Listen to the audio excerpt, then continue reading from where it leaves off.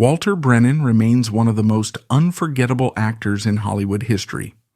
A three-time Academy Award winner for Best Supporting Actor, with a fourth nomination to his name, he left an undeniable mark on the industry. Despite being a true New England Yankee by birth, Brennan had a natural ability to embody the role of a country boy, a persona that became central to his most iconic performances. He was best known for his roles in westerns, including the gruff yet endearing Deputy Stumpy in Rio Bravo and the stern Judge Roy Bean in The Westerner. His portrayals carried a brilliance that resonated with audiences, earning him a permanent place in the hearts of film lovers worldwide. However, beyond the screen, a far darker narrative surrounded Brennan's legacy. Persistent rumors of racism, extreme paranoia, and deep-seated hatred painted a much more disturbing picture of the beloved character actor. Over time, these stories began to shake the public's perception of the sweet old man they thought they knew. Walter Andrew Brennan was born on July 25, 1894, in Lynn, Massachusetts, to Irish immigrant parents. He spent his childhood in Swampscott, not far from his family's home. His father, an engineer with an interest in inventions, hoped Walter would follow in his footsteps. To put him on the right path, he enrolled young Brennan at Ringe Technical School in Cambridge, Massachusetts in 1914, a prep school designed to prepare students for MIT.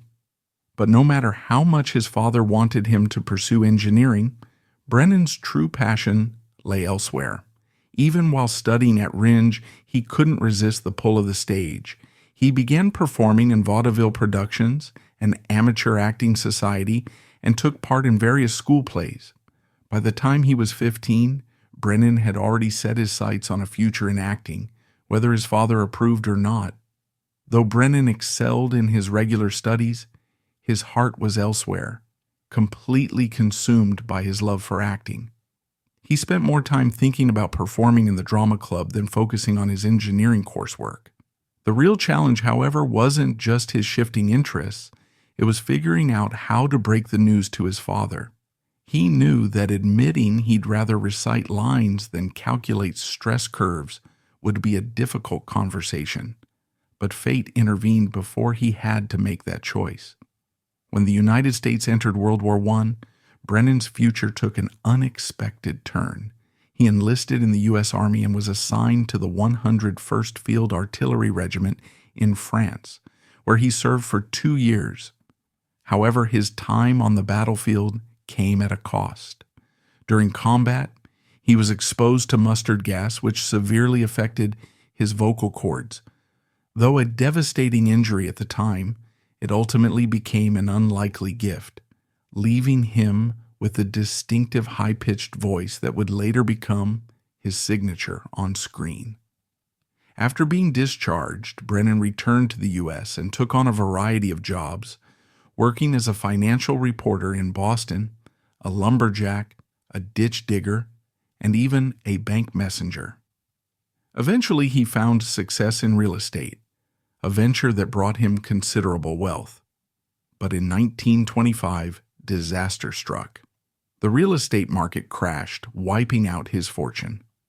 Left with no choice but to start over, Brennan briefly considered leaving the country altogether, setting his sights on Guatemala to become a pineapple farmer. That plan never came to fruition. A colleague, impressed by Brennan's natural salesmanship, suggested that he try his luck in Hollywood as a film extra, a job that paid $7.50 a day. Something about the idea reignited the passion for acting he had once set aside. Encouraged by his fiancée, Ruth Wells, Brennan finally worked up the courage to tell both his own family and hers about his dream of pursuing a career in the film industry. It was a gamble, but one he was finally ready to take. Neither family was thrilled about Brennan's decision to pursue acting, but the Wells family in particular was strongly opposed. His father-in-law outright refused to give his blessing for the marriage. However, Brennan and Ruth weren't about to let that stop them. Determined to build a life together, they married anyway and immediately set off for California, ready to chase their dreams.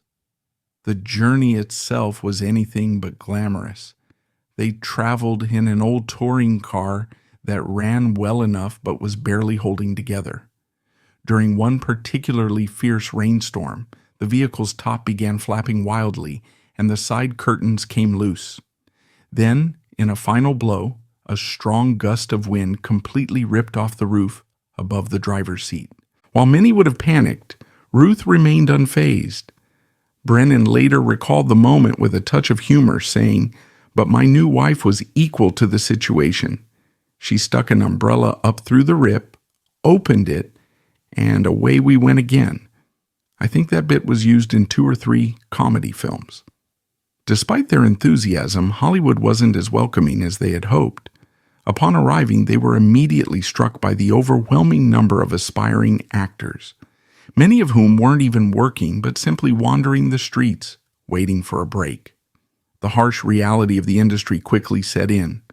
Making it in Hollywood would be far more difficult than they had imagined. Brennan wasn't one to sit around waiting for luck to find him. He jumped into action the moment he arrived in Hollywood. Like many aspiring actors, he joined the long lines outside casting offices, hoping for any opportunity to prove himself. It was during this struggle that he crossed paths with another future star, Gary Cooper, who was facing the same uphill battle. But finally, a break came, though not in the way Brennan had expected. Recalling his first real opportunity, Brennan once said, "I finally got a break, but only because I knew how to make a jackass of myself." His persistence paid off in the most unexpected way. One afternoon, after spending hours in line only to be turned away by the casting director, Brennan, frustrated but undeterred, noticed a group of actors struggling to get a donkey to bray for a scene. Seizing the moment, he confidently offered to make the sound himself, on one condition, that he be given a role in the film. The director, amused and willing to take a chance, agreed. Brennan's imitation of a braying donkey was spot on, and just like that, he landed his first on-screen appearance. This odd yet memorable introduction to film led to a steady stream of small roles. In the early years, he mostly played minor, often uncredited parts, many of them without dialogue, but over time, he began taking on a wider range of characters, from youthful cowboys to wise old patriarchs. Some of his earliest appearances included Webs of Steel, 1925, and Lorraine of the Lions, 1925. It was during this period that director Richard Thorpe took notice of him and repeatedly cast him as an extra. Brennan's climb to recognition wasn't immediate. He had to appear in more than 30 films before finally securing his first notable role in 1930. That opportunity came in Universal's extravagant musical revue King of Jazz, marking the beginning of his transition from background player to a recognizable face in Hollywood.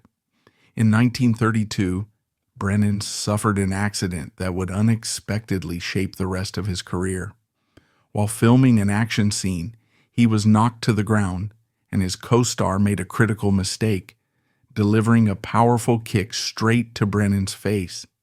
The impact was so severe that he lost most of his front teeth. Some rumors, however, claimed that it wasn't a co-star but a mule that had kicked him in the mouth. Regardless of how it happened, the injury forced Brennan to start wearing dentures. Rather than letting this setback hinder his career, Brennan turned it into an advantage. Without his false teeth, he instantly looked decades older, a trait that set him apart from other actors. He often used this to his benefit when meeting directors. Before accepting a role, he would approach them and ask, with or without. Confused, they would inevitably respond with or without what? To which Brennan would remove his dentures and say, without teeth. The dramatic transformation gave him an edge, allowing him to convincingly play much older characters, a skill that became his trademark. His breakthrough came with a small role in The Wedding Night, where he played a taxi driver. It was a minor part, but his performance caught the attention of producer Samuel Goldwyn, who was so impressed that he offered Brennan a long-term contract. This opportunity led to a more significant role in Barbary Coast 1935, the first of 7 films Brennan would make with director Howard Hawks. Reflecting on his big break, Brennan later said, "The part of Jenkins in The Wedding Night was a good one, but I was lucky again and followed it with the part of Old Atrocity in Barbary Coast. That really set me up." From that point on, Brennan's career began to take off. Brennan was never short on work, but his true breakthrough came in 1936 when he played the Swedish lumberman Swan Bostrom in Goldwyn's Come and Get It. This role not only elevated his status in Hollywood, but also earned him the very first Academy Award for Best Supporting Actor. Just 2 years later, he claimed his second Oscar for portraying a kind-hearted horse farm owner in Kentucky, 1938. Then, in 1940, he won his third Academy Award for his performance as the cantankerous yet charismatic Judge Roy Bean in The Westerner, starring alongside Gary Cooper. Brennan and Cooper worked together frequently, and their collaborations only grew after Brennan's third Oscar win. Reflecting on their partnership, Brennan once remarked, "Coop didn't mind, I guess. Anyway, he was one of the first to congratulate me when I got my third Oscar for that job, and we worked together an awful lot after that." But while his talent was undeniable, his rapid accumulation of Oscars raised eyebrows. Winning 3 Academy Awards in just 5 years was practically unheard of, especially in an era when even the most respected actors rarely won more than one throughout their entire careers. Naturally, this led to speculation. Was Brennan receiving an unusual amount of support behind the scenes? The answer depends on one's definition of a rigged system. At the time, Hollywood extras were allowed to vote for the Academy Awards, and according to some reports, this worked heavily in Brennan's favor. It was rumored that his last 2 wins were largely due to the overwhelming support he received from these voters. While some questioned whether this was fair, one thing remained certain. Regardless of the voting system, Brennan's acting abilities were never in doubt. From 1936 to 1940, Brennan benefited from an unusual advantage. He had the overwhelming support of the Extras Union, whose members were allowed to vote in the Academy Awards. This system played a significant role in his unprecedented 3 Oscar wins. However, when his third victory for The Westerner, 1940, sparked controversy, the Academy swiftly responded by revoking extras' voting rights. The impact of this rule change was immediately noticeable. Afterward, Brennan received only one more Oscar nomination in his lifetime, a Best Supporting Actor nod for Sergeant York, 1941, which he did not win. Despite this shift, Brennan's love for acting never faded. As he grew older, he gradually moved away from films and embraced more stable roles in television and family-friendly productions. Initially, he was reluctant to commit to a regular TV series, but by the late 1950s, he changed his mind. He took on the role of Grandpa Amos in The Real McCoys, a sitcom about a struggling West Virginia family who relocates to a Southern California farm. The show became one of the most popular series of its time, running for over 200 episodes between 1957 and 1963. After 5 successful seasons on ABC, it moved to CBS for a final season before ending. During this period, Brennan also co-founded Brennan Westgate Productions with The Real McCoys creator, Irving Pincus. Unlike the unpredictable nature of film roles, television provided him with steady work, something he deeply valued. Explaining his preference, he once said, I'd rather do television than movies because there aren't any long layoffs between working days. Brennan's passion for acting never faded, and he often spoke about how much he loved his work. I can hardly wait to get started on Monday morning. It's a shame most people don't feel the same way about their jobs, he once said. True to his word, he kept busy, making guest appearances on numerous television programs, including Screen Directors Playhouse, Lux Video Theater, Schlitz Playhouse, Ethel Barrymore Theater, Cavalcade of America, and the Ford Television Theater. In 1956, he took on the role of an aging outlaw named Joe in the Vengeance Canyon episode of Dick Powell's Zane Grey Theater. He also had a brief stint as a musical judge on the ABC series Jukebox Jury, which ran from 1953 to 1954. Even as his television career flourished, Brennan continued to act in films. In Gunpoint, 1955, and Rio Bravo, 1959, he played supporting roles alongside Hollywood icons John Wayne and Dean Martin. After finding great success with the Real McCoys, he even ventured into voice acting for animated projects, but his talents didn't stop there. Brennan also explored music, recording several songs over the years. His most successful track was Old Rivers, a heartfelt song about an aging farmer and his mule. Released by Liberty Records in 1962, the single became a surprise hit, peaking at number 5 on the Billboard Hot 100 chart. At 67, Brennan became the oldest living person at the time to achieve a top 40 hit. A year later, at 68, he did it again with Mama Sang a Song, proving that his appeal extended far beyond the screen. Brennan remained active in film throughout the early 1960s. Under Brennan Productions, he starred in Shootout at Big Sag, 1962, and took on a villainous role as a river pirate in MGM's epic How the West Was Won, 1963.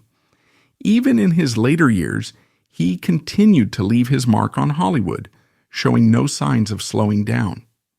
While many of his peers had slowed down, Brennan remained as active as ever, continuing to fight for the causes he believed in. Though he identified as a Roman Catholic, he rarely spoke about his faith publicly, once saying, "I'm too old not to be a religious fella."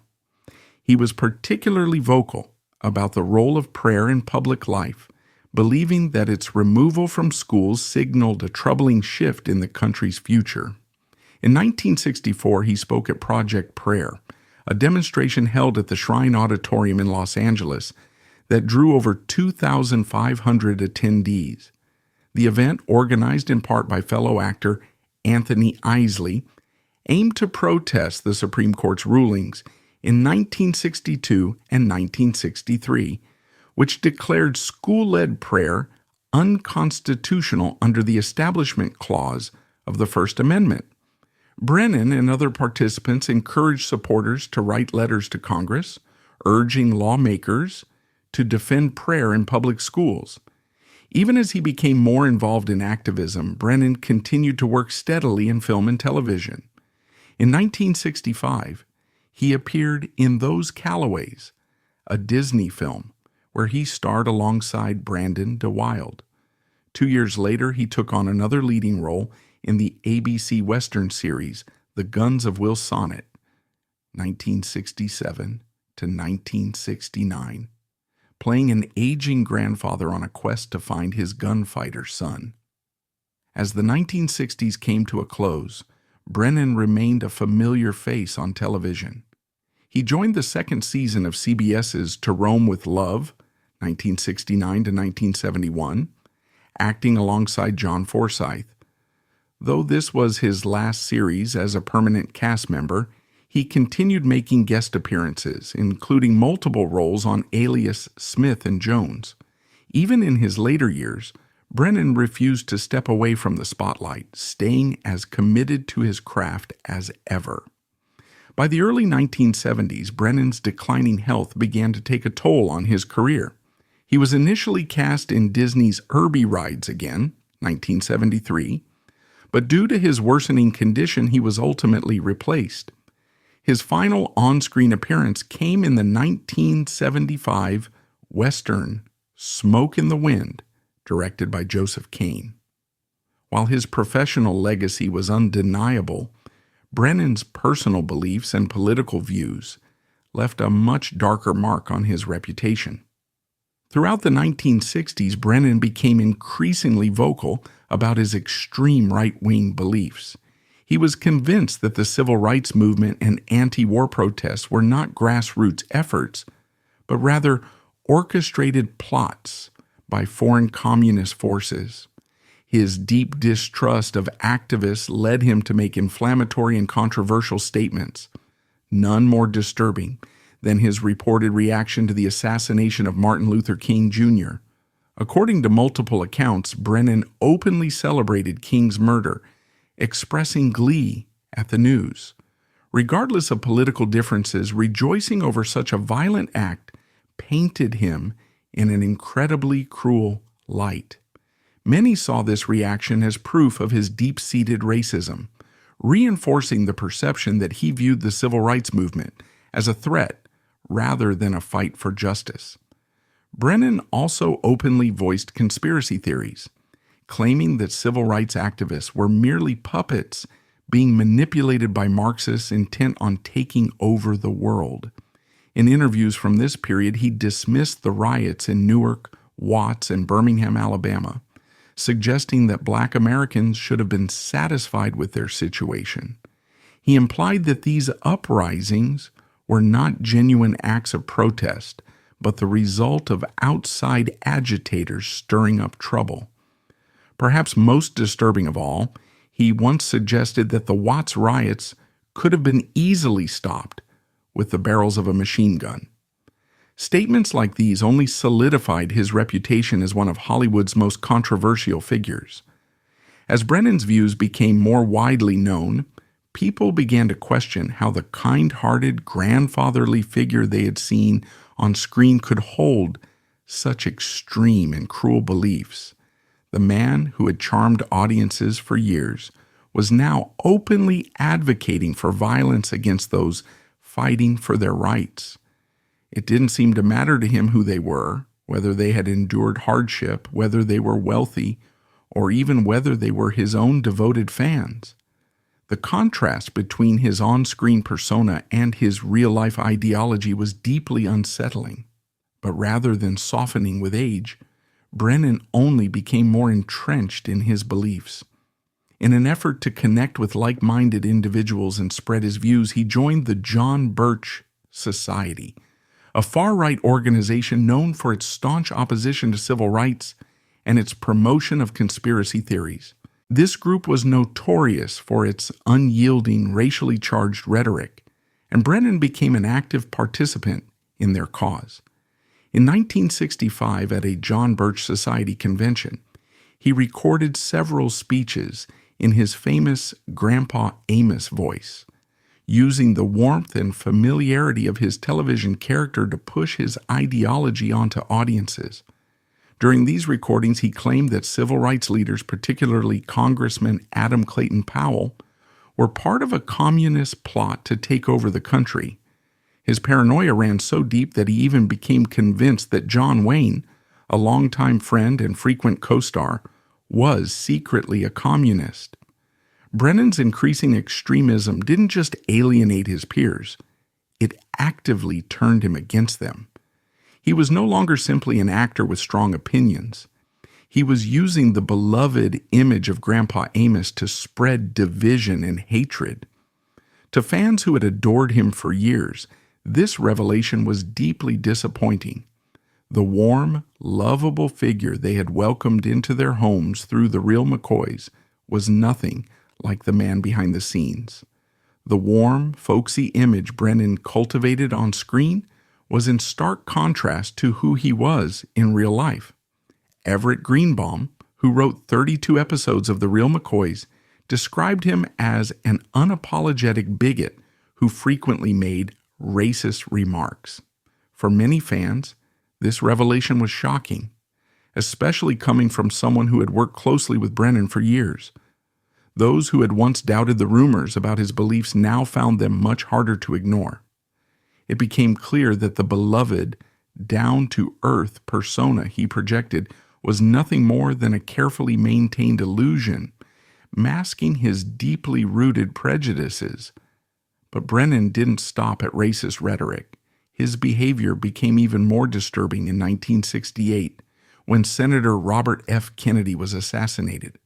According to cast and crew members of the Guns of Will sonnet, Brennan openly celebrated the murder, showing no remorse for the tragic loss of yet another political figure.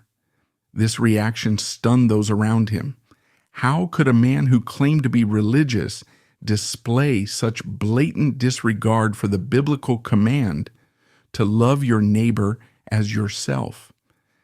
At first, many assumed that Brennan's hatred was primarily directed at the civil rights movement and black activists, as evidenced by his response to Martin Luther King Jr.'s assassination. However, his reaction to Kennedy's death raised a bigger question. Did Brennan simply despise freedom itself? He viewed Robert F. Kennedy as a communist sympathizer, and in his eyes, supporting Kennedy was no different from endorsing Marx or Lenin. His extreme paranoia led him to brand anyone who aligned with the Kennedy family as a communist, including his own colleagues. A staunch conservative, Brennan was also a member of the motion picture Alliance for the Preservation of American Ideals, an organization known for its aggressive anti-communist stance. He strongly opposed the 1964 Civil Rights Act, aligning himself with Barry Goldwater, who had voted against it. For Brennan, politics wasn't just about policy. It was a battle between what he saw as American ideals and what he feared as a communist takeover. And in that battle, he showed no room for compassion, tolerance, or understanding. Brennan's political views only became more extreme with time. He had been a strong supporter of Barry Goldwater during the 1964 U.S. presidential election, and in 1968, he backed segregationist George Wallace, believing that Richard Nixon was too liberal to represent the Republican Party. By 1972, he had aligned himself with John Schmitz, an ultra-conservative candidate and a prominent member of the John Birch Society. Not only did Brennan chair Schmitz's finance committee, but he also lent his voice to campaign advertisements in support of him. His political endorsements extended to Ronald Reagan as well, supporting his bid for California governor in 1966, and again for re-election in 1970. To Brennan, anything remotely progressive was a threat to the country. His paranoia ran so deep that he became convinced the Soviet Union was plotting to invade the United States and dismantle democracy. Taking matters into his own hands, he built an underground bunker beneath his Los Angeles estate, stocking it with firearms, food rations, and other survival essentials, in preparation for what he believed was an inevitable communist takeover. His distrust of modern culture extended beyond politics. He even imposed strict rules on his family. Brennan was so fearful of societal decay that he instructed his daughter to ban his grandchildren from listening to the Beatles, despite their status as the biggest band in the world. He saw them as symbols of moral decline, worried that their influence would corrupt his descendants. Perhaps it was this fear of progress that led him to purchase the massive 120,000-acre Lightning Creek Ranch, located 20 miles north of Joseph, Oregon. There, he built a small, self-sufficient community complete with a movie theater, a variety store, and the Indian Lodge Motel. His goal? To create a refuge where his family could live untouched by what he saw as the dangers of modern society. But Brennan didn't stop at trying to control his own household. His views became even more rigid as he aged, extending well beyond his personal circle. In his later years, Brennan's rigid ideology became even more pronounced. He would frequently question his colleagues about their political beliefs And if anyone admitted to voting for a Democrat, or, in his view, someone too radical, he would launch into long-winded lectures about the impending downfall of America. His obsession with politics never faded, even as his career wound down. During retirement, Brennan spent most of his time at his ranch in the Ventura County neighborhood of Moore Park. On September 21, 1974, he passed away in Oxnard, California, at the age of 80 due to complications from emphysema. He was laid to rest at San Fernando Mission Cemetery in Los Angeles. He was survived by his wife, Ruth Wells, their 3 children, Arthur, Walter, and Ruth, as well as several grandchildren. Despite his deeply controversial beliefs, Brennan's legacy in Hollywood remains significant. Over a career spanning 5 decades, he appeared in more than 230 films, an achievement few of his peers could match. His contributions to cinema earned him a star on the Hollywood Walk of Fame at 6501 Hollywood Boulevard, and in 1970 he was inducted into the Hall of Great Western Performers at the National Cowboy and Western Heritage Museum in Oklahoma City. However, his impressive career doesn't erase the more troubling aspects of his life. His legacy is one of contradiction. A man who played lovable, wise, and endearing characters on screen, but held deeply prejudiced and paranoid views off it. Some might argue that he was simply a product of his time, but that defense falls short when considering the many actors from his generation who actively rejected the same kind of extremism Brennan embraced. In the end, he remains a complicated figure, an actor of immense talent, but also a man whose personal beliefs cast a long shadow over his reputation.